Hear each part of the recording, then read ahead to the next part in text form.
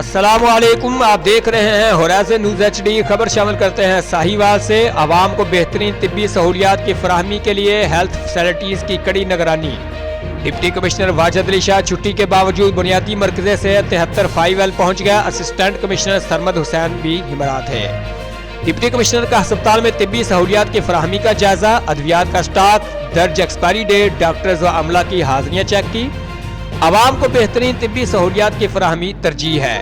Doctors عملہ مریضوں سے خوش اخلاقی کے ساتھ پیش آئے۔